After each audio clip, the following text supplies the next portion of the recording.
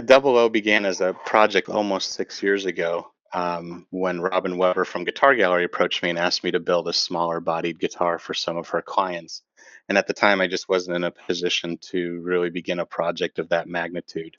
I really enjoy the Double O size guitar, but I had not been very impressed with a lot of the tonal characteristics that a lot of small bodied guitars create.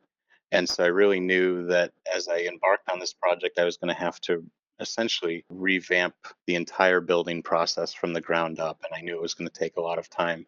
So I put that on the back burner and continued to work on the guitars that I had on my plate at the time.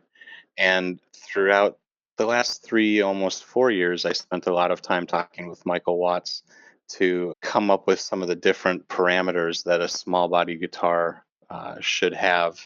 There are many people that like the idea of a small body guitar being very high in the treble spectrum and having a very moderate mid range and low end. And for those people, this guitar probably won't work. What I set out to do is actually create a more balanced guitar that was more synonymous with an OM or an orchestra model.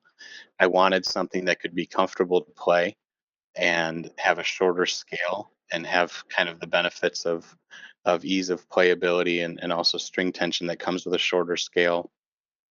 But I wanted to maintain the full spectrum orchestral feel that you get from a larger body guitar. I wanted very nice trebles and very articulate mid range, but also that low end that is usually lacking in a small bodied guitar.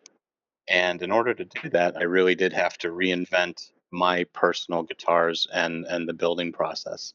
The Double O was created from the ground up. It wasn't built as a modification to an existing guitar template or anything like that. I started with the body shape and I used a new bracing pattern, different radius on the top and back, um, short scale length, different sound hole diameter.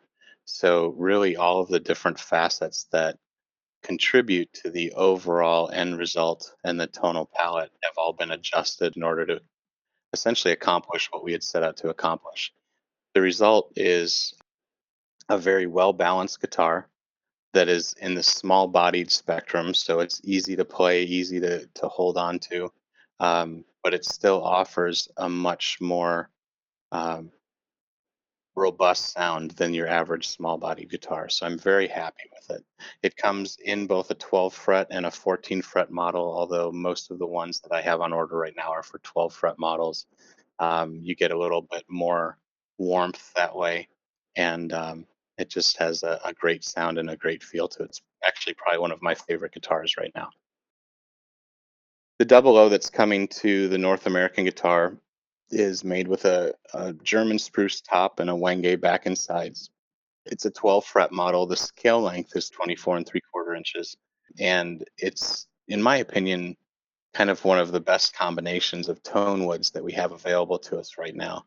The German spruce gives us a very even bodied spectrum with the punchiness that we desire in spruce without it being overwhelming. So you can drive the top and get that beautiful sound out of it without having that sound max out. The Wenge to me is a great tone wood. I started using it when I was apprenticing with Urban Samaji. It's a wood that he's very happy with and has been using very successfully.